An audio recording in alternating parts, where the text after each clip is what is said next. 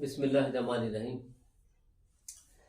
यूँ तो पाकिस्तान में कई सियासी जमातें मौजूद हैं और कौमी सूबाई सतह पर अपनी अपनी कारकर्दगी से राय आमा को मतवज्जो करने की कोशिशें करती रहती हैं।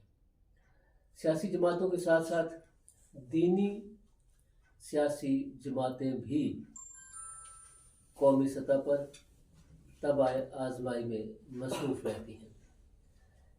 गो सियासी मैदान में दीनी सियासी जमातों की उस अंदाज में पजीराई तो नहीं हुई जिस तरह के काबिल ज़िक्र सियासी जमातों के हिस्से में कामयाबी आती हैं। ताहम कौमी सियासी तारीख़ में दीनी सियासी जमातों का रोल अनमिट है। कोई भी तहरीक हो या पार्लियामेंट का कोई बड़ा इशू हो, दीनी सियासी जमातों के मुंतखब अरकान कौमी असम्बली अपना फ़ाल किरदार अदा करते नज़र आते हैं।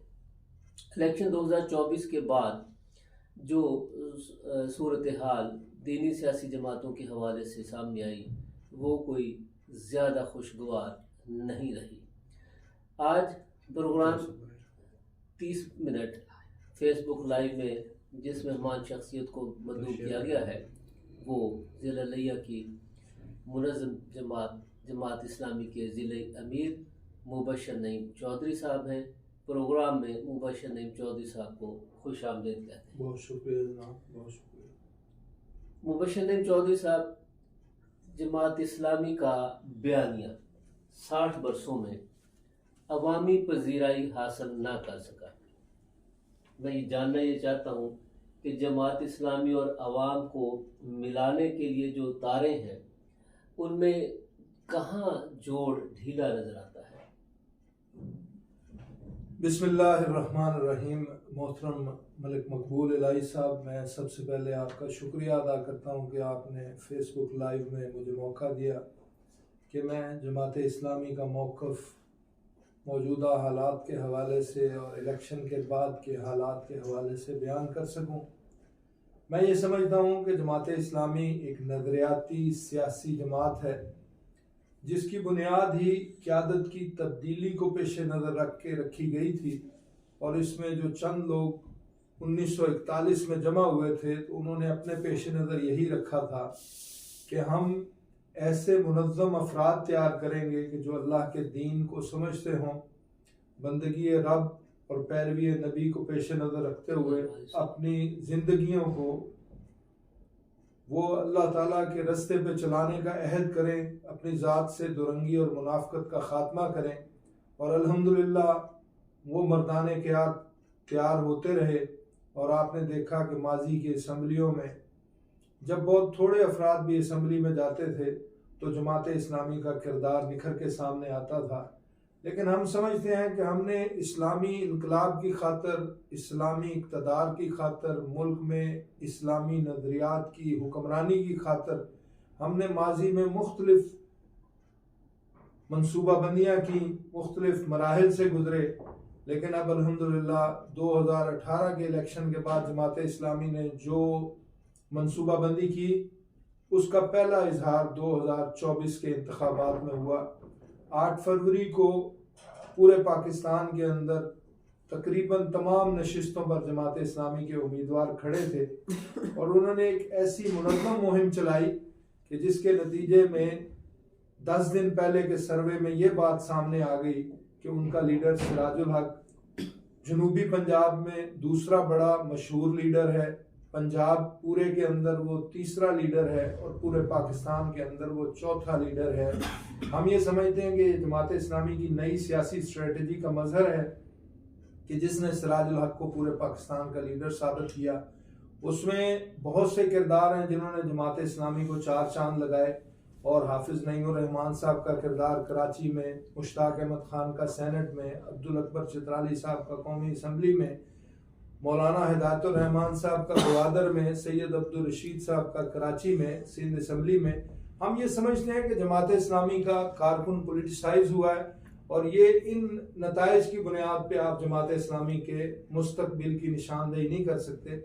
हम ये समझते हैं कि जमात इस्लामी जिस ट्रैक पे चली है वो इस मुल्क के नौजवान की, बुजुर्गों की, माओं की, बहनों की उम्मीद बन के सामने आ रही है और ये सफ़र जारी है।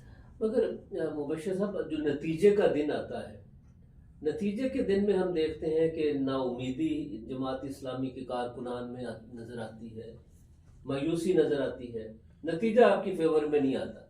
फिर मेरा वही बात है कि आपका जो बयानिया है वो पब्लिक में पेनिट्रेट नहीं कर सका। देखिए मोहतरम, मुझे भी इस वक्त कोई 5 इलेक्शंस के अंदर प्रॉब्लम नहीं है।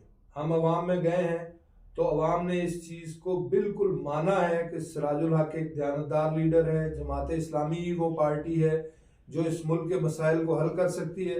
लेकिन जिस तरह का एक सिनेरियो पेश किया गया नवाज शरीफ साहब की सूरत में, उनको लंदन से खसूसी पैकेज के साथ लाकर, और यहाँ से फिर जो इमरान खान साहब को उस वक्त 3 सजाएं ऊपर तले दे के पूरी तवज्जो मॉब की उसी तरफ करवा दी गई, ये हम समझते हैं मैनेजमेंट है।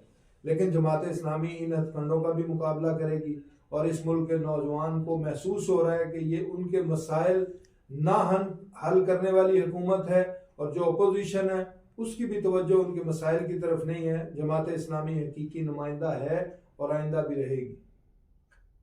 हकीकी नुमाइंदा है और आइंदा भी रहेगी, किस तरह? मगर ये तो गुफ्तगू और बयानिया, ये तो पुरानी बात हो गई है। हमें आप थोड़ा सा ना साइंसी बुनियाद पे थोड़ा सा समझाएं कि आपका एक एमएनए कामयाब ना हो सका। 2018 से 24 तक आपने हर डिजास्टर में, ऐसे ऐसे डिजास्टर में भी आप नजर आए जहाँ इदारे भी पीछे रह गए, मगर लोगों ने वोट की पर्ची में आपको इस काबिल नहीं तोड़ा।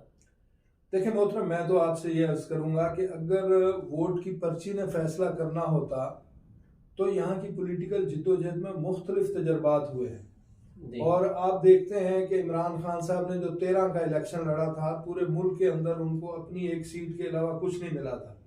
जमात इस्लामी जिस स्ट्रेटजी के साथ अब सामने आई है और उसके लिए उसने अपना एक लॉन्ग टर्म मंसूबा बनाया है, 2033 तक के लिए जमात इस्लामी की पॉलिसियों में कोई तब्दीली पेश नज़र नहीं है, तो उसमें उसका कारकुन तो जो मैदान में था उसको तो कोई मायूसी नहीं हुई। अगर आप इस बात को समझ जाएं कि जिस बंदे ने पॉलिटिकली काम किया है वो मुतमईन है कि ठीक है, वोटर को हम इस बात पे कायल नहीं कर पाए कि वो वोट वाले दिन हमें वोट दे दे, लेकिन इस बात पर तो हम कायल कर पाए हैं कि उसने समझा है कि जमात इस्लामी दयानतदार ग्रोह है, इसका लीडर पुरअज़म है, उसके पास मनसूबाबंदी है, और अवाम ने ये मैसेज भी दिया है कि चूंकि इस वक्त एक खुसूसी सिनेरियो में हम आपको मौका नहीं दे रहे, लेकिन कोई एतराज अवाम का हमारे ऊपर नहीं है, ना हमारे नुमाइंदों पर, ना हमारी लीडरशिप पर, ना जमात की पॉलिसी पर। मैं आपको यकीन दिलाता हूँ पब्लिक मगर आपके ईमानदार लीडर को वोट का अहल नहीं समझती। नहीं, देखिए ऐसा नहीं है। जमात इस्लामी का लीडर ने जब लास्ट टाइम इलेक्शन लड़ा है दीर से, तो उसके वोटों में अब भी बहुत इजाफा हुआ है, उससे कम वोट उसको नहीं मिले। ठीक है, मुकाबला था, एक फिजा बना दी गई, और एक ख्याल पहले से जाहिर किया जा रहा था कि जमात इस्लामी को चांस नहीं दिया जाएगा। आलमी इस्टेब्लिशमेंट ये इशारे दे चुकी थी, इंडिया से ऐसी आवाज़ें उठ रही थी कि जमात इस्लामी जहां से जीतने की पोजीशन में भी है वहां भी इसको जीतने नहीं दिया जाएगा। आपने देखा कराची इसकी बहुत बड़ी मिसाल है, दीर के इंतखाबात और उनके नताइज इसकी मिसाल है, चित्राल के नताइज इसकी मिसाल है। कराची के अंदर जिस पार्टी ने 5वें और 6ठे नंबर पे वोट लिए हैं, 3000 से उसके किसी सीट पर वोट ज्यादा नहीं है, 5000 से ज्यादा पोलिंग स्टेशनों में किसी पोलिंग स्टेशन को उसने जीता नहीं है, उसको 21 एमपीए और 17 एमएनए वहां से दे दिए गए। तो ये ऐसी चीज सूरत हाल अवाम के सामने है, और आपको 6 महीने गुजरने दें।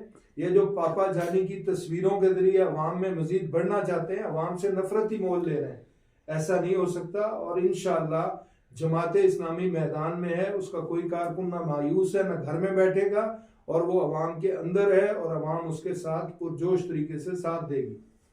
जमात इस्लामी के बारे में तासुर है कि ये नौजवानों की जमात है, मगर नौजवानों के अंदर आजकल इसकी पेनिट्रेशन जो है वो कमज़ोर नज़र आती है, उसकी गिरफ्त ढीली ढाली नज़र आती है। मेरे मोहतरम, ये सारी चीज़ें पूरे पाकिस्तान में मैनेज की जाती हैं। हम मुसलसल जिद्दोजहद में हैं। इस्लामी जमात तलबा इस मुल्क के नौजवानों का सरमाया है, और उस इस्लामी जमात तलबा ने ही यहाँ के नौजवान को सिमत दी है, नज़रियाती तौर पे पाकिस्तान के जोग्राफिया से मोहब्बत सिखाई है, और इस्लामी नज़रियाती बुनियादों पर उन्होंने नौजवानों की तामीर की है। हम समझते हैं कि तलबा तंजीमों पर पाबंदियाँ लगाना, तलबा यूनियंस के इलेक्शन ना करवाना, इससे जो मुस्बत लीडरशिप की क्रिएशन थी उसका रास्ता बंद किया गया। उसके बावजूद इस्लामी में तलबा पूरी नौजवानों की कम्युनिटी में मौजूद है।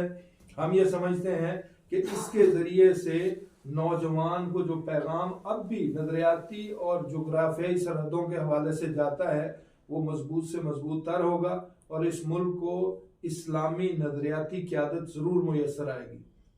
सही। आपने सूबाई असम्बली के इलेक्शन में हिस्सा लिया, आपके हिस्से में जो वोट आए, मैं ये जानना चाहता हूँ कि आपके वोटर ने क्या समझ के आपको वोट दिया होगा? देखिए मेरे मोहतरम, जमात इस्लामी ज़िला लिया के अंदर ख़ास तौर पे चूँकि इसने 2 कौमी असम्बली की सीटों पे अपने उम्मीदवार खड़े नहीं कर पाई थी, उस वजह से इसके जो 4 सूबाई असम्बली के उम्मीदवार हैं, मैं समझता हूँ कि उनके हर कारकुन ने भरपूर मेहनत की है और चारों सूबाई असम्बली के उम्मीदवारान ने, मैं खुद PP 279 पे था, PP 280 पे चौधरी साजिद मजीद साहब, 281 पे मोहतरम आसम इकबाल साहब और 282 पे बहन गजाला यास्मीन, इन सब उम्मीदवारान ने शबो रोज़ मेहनत करके अपनी पार्टी का मंशूर, अपनी पार्टी का निशान और अपनी पार्टी की लीडरशिप को अवाम में पहुंचाया। और इस वक्त जो एक गर्मजोशी के साथ जो इलेक्शन की सिमत बनी थी, उसके बावजूद इन लोगों ने गली गली कूचा कूचा जाके लोगों तक अपनी बात पहुंचाई है। और हम समझते हैं कि हमारे वोट बज़ाहिर आपको कम नजर आते हैं, लेकिन हमारे लिए इसलिए मायूस कुन नहीं है कि ये सिनेरियो हमने तोड़ना है। ये जो सिनेरियो बनाया गया है बैरूनी एस्टेब्लिशमेंट की तरफ से, लोकल एस्टेब्लिशमेंट की तरफ से, हम इसको तोड़ देंगे। हम अवामी ताकत से इसको तोड़ेंगे और अवाम की हिमायत और हमदर्दी हम हासिल करने में कामयाब हो जाएंगे। सिर्फ जमात इस्लामी ही नहीं, दीगर सियासी और दीनी जमातें जो हैं वो भी मुतासर करने में कामयाब नजर नहीं आती। देखिए जो दीगर जमातें हैं सियासी और मजहबी, खासतौर पर मजहबी, उनका तो स्कोप यही है। अगर किसी पार्टी का स्कोप बढ़ना है तो वो सिर्फ जमात इस्लामी है। और जमात इस्लामी की लीडरशिप ने मुसलसल एक मेहनत करके पूरे मुल्क से अपने अहले इल्म को जमा किया था। उनमें हमारे 1200 से ज़ायद PhD डॉक्टर्स थे जिन्होंने हमारे मंशूर के ऊपर काम किया है। और हम समझते हैं कि इस मंशूर के ज़रिए हम जहां जिस तबके में जा रहे हैं, हम महसूस करते हैं कि जो शिकायत हमें फील्ड में नजर आती उसका इलाज हमारे मंशूर के अंदर मौजूद है। आप देखिए, हम एक देहाती इलाकों में रहने वाले लोग हैं, हमारे छोटे से छोटे THQs में वो फैसिलिटीज हासिल नहीं है कि जो एक गांव में लोगों को मुयस्सर होनी चाहिए। हम इसके लिए मुसलसल जिद्दोजहद करेंगे कि हम लोगों के लिए इक़्तिदार के ऐवानों में गरीब को पहुंचाएं और गरीब ही अपने मसाइल को समझता है। और इसकी मुल्क की आबादी जो है मुतवस्सत तबके की आबादी है। हम समझते हैं कि उस आबादी की जंग हम लड़ रहे हैं और इंशाअल्लाह इस तबके को, जिस तरह इस दफ़ा यहाँ के संजीदा लोगों ने हमें वोट डालकर इस बात का इजहार किया है कि हम जमात इस्लामी को मायूस नहीं करेंगे, हम नौजवानों को भी मुतासर कर लेंगे और इंशाअल्लाह नौजवान हमारे साथ चलेगा और नौजवान के वोट से ही जमात इस्लामी कामयाब होगी। मुबशर नईम चौधरी साहब, आप गरीब नौजवान को, गरीब को तो आगे लेके जाएंगे और गरीबों का जो उम्मीद की किरण है वही लैंडलॉर्ड, वही सनतकार जो अरसा दराज से मुसल्लत नजर आते हैं। देखिए ये जो गैप है, इस गैप को किस तरह मेरे मोहतरम, इस इलेक्शन से पहले लोगों को बेरोजगारी, आपके सामने तालीम के हवाले से मसाइल, अखराजात मुयस्सर नहीं है, आपके सामने सेहत की सहूलतें हासिल नहीं है, उसके लिए वो शख्सियात की तरफ देखते थे। अगला जो दौर फौरी आने वाला है कि लोगों के मसाइल हल नहीं कर पा रहे। पिछले 8-10 साल से कोई ऐसी हुकूमत नहीं आ पाई जो लोगों के मसाइल को एड्रेस करती। लोग अभी शराब में हैं, धोखे में हैं, वापडा के जरिए लूटा जा रहा है, गैस की कीमतों के जरिए से लूटा जा रहा है और आपके सामने सेहत के हवाले से कोई ऐसी पॉलिसी नहीं है कि लोगों को उम्मीद की किरण नजर आए। इसलिए हम समझते हैं कि लोग मंशूर की तरफ मुतवज्जो होना है। इस नौजवान ने अब बेखौफ होके उन पार्टियों की तरफ आगे बढ़ना है जो इनके मसाइल को एड्रेस करेंगी, और जमात इस्लामी उसमें टॉप पे है। कोई और पार्टी ना मंशूर रखती है, ना बासलाहियत अफराद रखती है, ना दयानतदार तबका रखती है। इसलिए जमात इस्लामी पुर उम्मीद है, उसका हर फर्द पुर उम्मीद है कि हम ही कामयाब होंगे। मगर आप ये बताएं कि आप वोटर की तरबियत के लिए आप क्या कर रहे हैं?